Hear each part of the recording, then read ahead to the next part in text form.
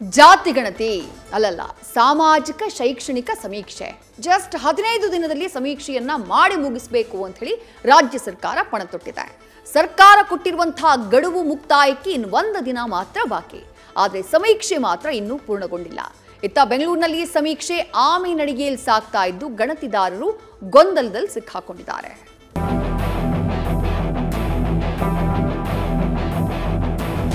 ಇವತ್ತು ನಾಳೆ 2 ದಿನ ಇದೆ.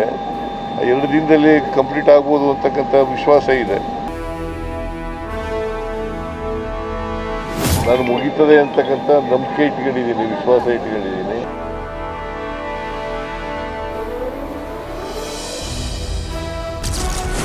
ಡೆಡ್ಲೈನ್ ಮುಗಿಯುವತ್ತ ಬಂದ್ರೂ ಪೂರ್ಣಗೊಳ್ಳದ ಜಾತಿ ಸಮೀಕ್ಷೆ.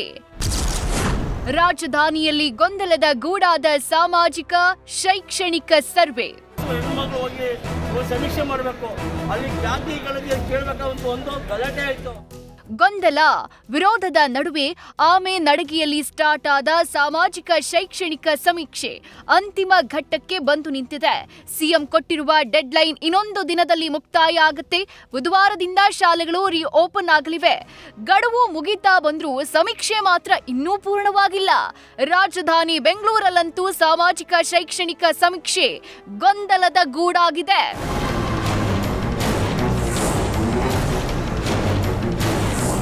ಬೆಂಗಳೂರಲ್ಲಿ ಸಾಮಾಜಿಕ ಶೈಕ್ಷಣಿಕ ಸಮೀಕ್ಷೆ ಆರಂಭ ಆಗಿ 3 ದಿನ ಆಗಿದೆ. ಆದರೆ ಸಮಸ್ಯೆಗಳಿಗೆ ಮಾತ್ರ ಇನ್ನೂ ಬ್ರೇಕ್ ಬಿದ್ದಿಲ್ಲ. ಸರ್ವೆಗೆ ಹೋಗೋ ಸಿಬ್ಬಂದಿಯೂ ಸಾಲು ಸಾಲು ಸಮಸ್ಯೆ ಎದುರಿಸುತ್ತಿದ್ದಾರೆ. ಈ ಕುರಿತು ಎಂಎಲ್ಸಿ ಪುಟ್ಟಣ್ಣ ಸರ್ಕಾರಕ್ಕೆ ಪತ್ರ ಬರೆದು ಸಮಸ್ಯೆ ಬಗೆಹರಿಸುವಂತೆ ಮನವಿ ಮಾಡಿಕೊಂಡಿದ್ದಾರೆ.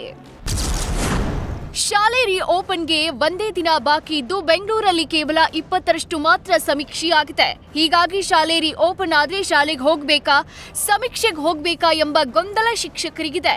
ಈ ಬಗ್ಗೆ ಇದುವರೆಗೂ ಶಿಕ್ಷಣ ಇಲಾಖೆ ಯಾವ ಅಧಿಕೃತವಾಗಿ ಮಾಹಿತಿ ಕೊಟ್ಟಿಲ್ಲ.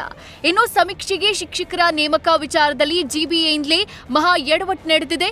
ಸಮೀಕ್ಷೆಗಾಗಿ ಬೆಂಗಳೂರು ಉತ್ತರ ಭಾಗದ ಶಿಕ್ಷಕರನ್ನ ದಕ್ಷಿಣ ಭಾಗಕ್ಕೆ ನೇಮಕ ಮಾಡಿದ್ದು ಅವರು ತಮಗೆ ಗುರುತಿಸಿರುವ ಸ್ಥಳಕ್ಕೆ ನಿತ್ಯ ಸಂಚಾರ ಮಾಡೋಕೆ ಗಂಟೆಗಳ ಸಮಯ ಆಗುತ್ತೆ. ಬೆಳಗ್ಗೆ ಬೇಗ ಹೋಗಬೇಕು, ರಾತ್ರಿ ಆದ್ರೂ ಮನೆಗೆ ವಾಪಸ್ ಆಗೋಕೆ ಸಾಧ್ಯ ಆಗ್ತಿಲ್ಲ. ಹೀಗಾಗಿ ಎಲ್ಲ ಗೊಂದಲ ಸಮಸ್ಯೆಗಳನ್ನ ಬಗೆಹರಿಸುವಂತೆ ಎಂಎಲ್ಸಿ ಪುಟ್ಟಣ್ಣ ಸರ್ಕಾರಕ್ಕೆ ಪತ್ರ ಬರೆದು ಮನವಿ ಮಾಡಿಕೊಂಡಿದ್ದಾರೆ. ಬೆಂಗಳೂರಲ್ಲಿ ಸಾಮಾಜಿಕ ಶೈಕ್ಷಣಿಕ ಸಮೀಕ್ಷೆ ಗೊಂದಲಮಯವಾಗಿದ್ದು ನಿರೀಕ್ಷಿತ ಮಟ್ಟದಲ್ಲಿ ಸಮೀಕ್ಷೆ ನಡೀತಾ ಇಲ್ಲ. ಹೀಗಾಗಿ ಸಮೀಕ್ಷೆಯಲ್ಲಿ ಭಾಗಿಯಾಗದ ಸಿಬ್ಬಂದಿಗೆ ಜಿಬಿಎ ನೋಟಿಸ್ ನೀಡಿ ಕ್ರಮಕ್ಕೆ ಮುಂದಾಗಿದೆ.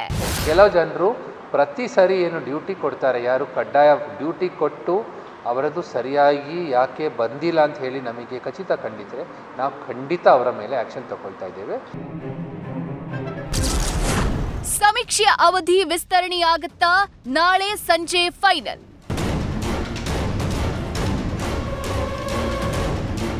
ಬೆಂಗಳೂರು ಹೊರತುಪಡಿಸಿದ್ರೆ ರಾಜ್ಯದ ಬಹುತೇಕ ಜಿಲ್ಲೆಗಳಲ್ಲಿ ಈಗಾಗಲೇ ಸಾಮಾಜಿಕ ಶೈಕ್ಷಣಿಕ ಸಮೀಕ್ಷೆ 97ರಷ್ಟು ಪೂರ್ಣವಾಗಿದೆ. ಆದರೂ ಇನ್ನೊಂದೇ ದಿನ ಬಾಕಿ ಇದ್ದು ಸರ್ಕಾರ ಸಮೀಕ್ಷೆ ಅವಧಿ ವಿಸ್ತರಣೆ ಮಾಡುತ್ತಾ ಎಂಬ ಪ್ರಶ್ನೆ ಮೂಡಿದೆ. ಇನ್ನು ಸಿಎಂ ಸಿದ್ದರಾಮಯ್ಯ ಸಮೀಕ್ಷೆ ನಾಳೆ ಮುಗಿಯುತ್ತೆ ಅಂತ ವಿಶ್ವಾಸ ವ್ಯಕ್ತಪಡಿಸಿದ್ರು. ಸಂಜೆವರೆಗೂ ಕಾದ್ ನೋಡೋಣ ಅಂತ ಅಡ್ಡಗೋಡೆ ಮೇಲೆ ದೀಪ ಇಟ್ಟಿದ್ದಾರೆ.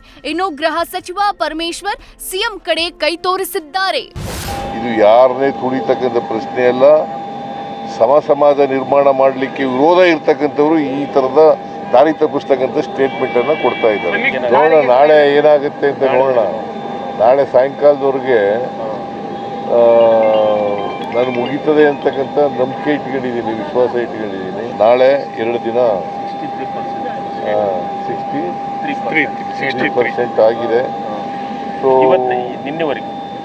ನಿನ್ನೆವರೆಗೆ ಇವತ್ತು ನಾಳೆ 2 ದಿನ ಇದೆ. 2 ದಿನದಲ್ಲಿ ಕಂಪ್ಲೀಟ್ ಆಗ್ಬೋದು ಅಂತಕ್ಕಂಥ ವಿಶ್ವಾಸ ಇದೆ. ನಿಜ, ಅದರಲ್ಲಿ ಕೆಲವು ಕಡೆ ಗೊಂದಲನೂ ಆಗಿರ್ತಕ್ಕಂಥದ್ದು, ಟೆಕ್ನಿಕಲ್ ಗೊಂದಲ ಆಗಿದೆ ಅಥವಾ ಎನ್ಯೂಮರೇಟರ್ ಗೊಂದಲ ಆಗಿದೆ. ಇದೆಲ್ಲ ಮುಗಿಸ್ಬೇಕು, 100% ಮುಗಿಸ್ಬೇಕು. ನಾವು 7ನೇ ತಾರೀಕು ಲಾಸ್ಟ್ ಡೇಟ್ ಕೊಟ್ಟಿದ್ರು ಸರ್ಕಾರ. ಮತ್ತೆ ಎಕ್ಸ್ಟೆಂಡ್ ಮಾಡೋದಕ್ಕೆ ಮುಖ್ಯಮಂತ್ರಿಗಳು ತೀರ್ಮಾನ ತಗೋಬೇಕು.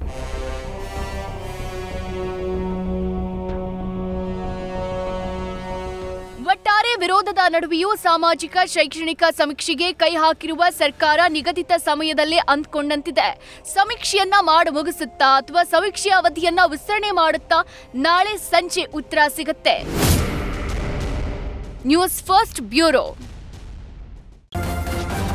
ನ್ಯೂಸ್ ಫಸ್ಟ್ ನಿರ್ಭೀತಿಯಿಂದ ನಿಮ್ಮ ಪರವಾಗಿ.